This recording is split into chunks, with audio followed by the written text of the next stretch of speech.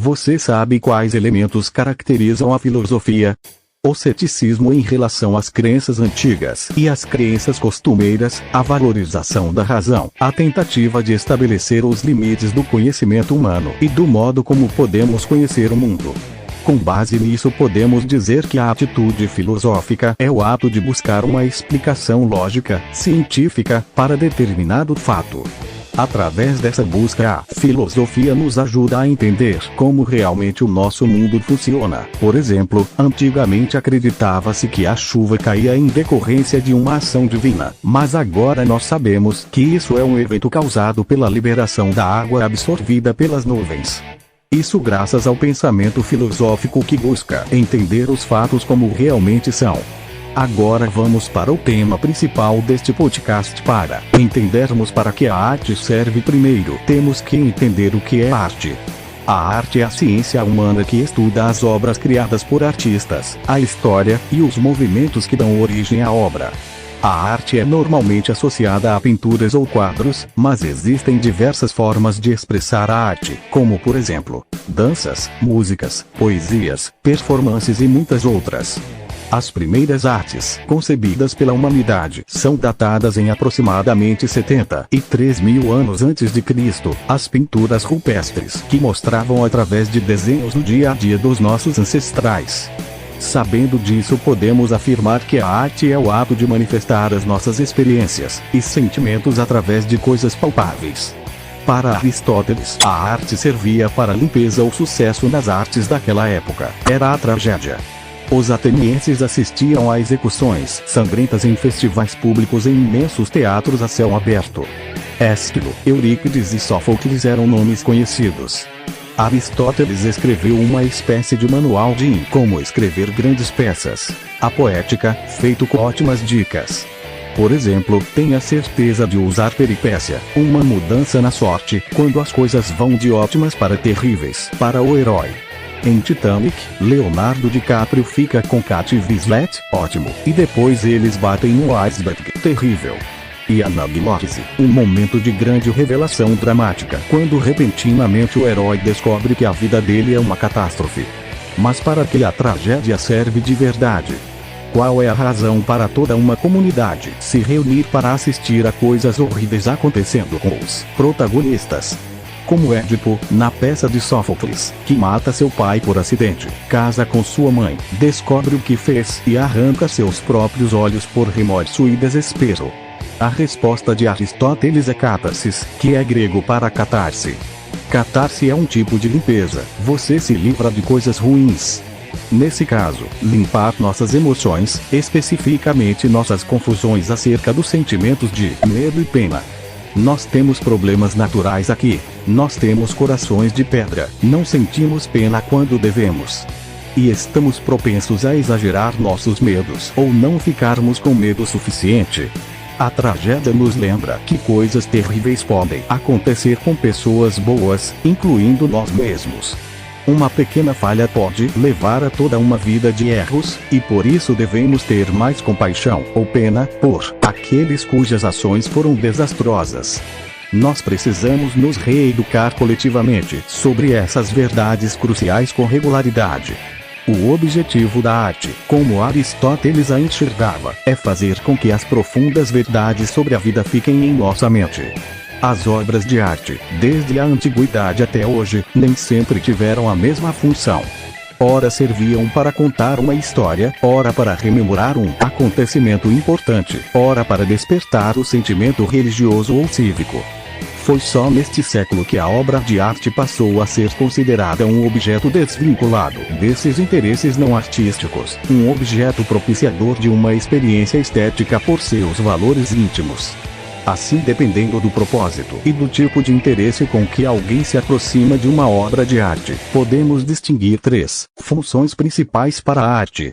Função utilitária. A arte serve ou é útil para se alcançar um fim não artístico, isto é, ela não é valorizada por si mesma, mas só como meio de se alcançar uma outra finalidade. Esses fins não artísticos variam muito no curso da história. Na Idade Média, por exemplo, na medida em que a maior parte da população dos feudos era analfabeta, a arte serviu para ensinar os principais preceitos da religião católica e para relatar as histórias bíblicas. Função naturalista. A obra é encarada como um espelho, que reflete a realidade e nos remete diretamente a ela. Em outras palavras, a obra tem função referencial de nos enviar para fora do mundo artístico, para o mundo dos objetos retratados. Essa atitude perante a arte surge bastante cedo. Ela aparece na Grécia, no século V AC, nas esculturas e pinturas que imitam ou copiam a realidade. Essa tendência caracterizou a arte ocidental até meados do século XIX, quando surgiu a fotografia. A partir de então, a função arte, especialmente da pintura, teve de ser repensado e houve uma ruptura do naturalismo. Função formalista. Preocupa-se com a forma de apresentação da arte. Há, nessa função, uma valorização da experiência estética como um movimento em que, pela percepção e pela intuição, temos uma consciência intensificada do mundo, ou seja, é a análise da obra de arte como todo, pela sua forma, seu conteúdo, sua temática, seu contexto histórico, sua técnica, enfim, todos os elementos para a compreensão da obra em si. Quando o ser humano precisa pensar sobre algo, geralmente, busca encontrar elementos funcionais que lhe deem sentido e um valor. Então ele procura responder perguntas como: para que serve? E qual sua importância no mundo? Esse sentido utilitarista é comum a todos os povos desde as suas formações iniciais. O homem primitivo, por exemplo, precisava se cercar, primeiramente, de objetos que respondessem à sua necessidade urgente de sobrevivência. Por isso, os desenhos nas cavernas, as danças e as representações primitivas precisavam ter utilidade, ou seja, deveriam servir para que os espíritos dos animais fossem atraídos e aprisionados, ajudando os homens nas caçadas. Com o tempo, essas manifestações artísticas primitivas começaram a ser desvinculadas das suas funções primitivas nas comunidades. O homem passou a revelar interesse por aspectos e objetos que não possuíam função prática na vida, como as formas, as cores, as texturas em tecidos, certos sons, que passaram a ser apreciados por puro prazer.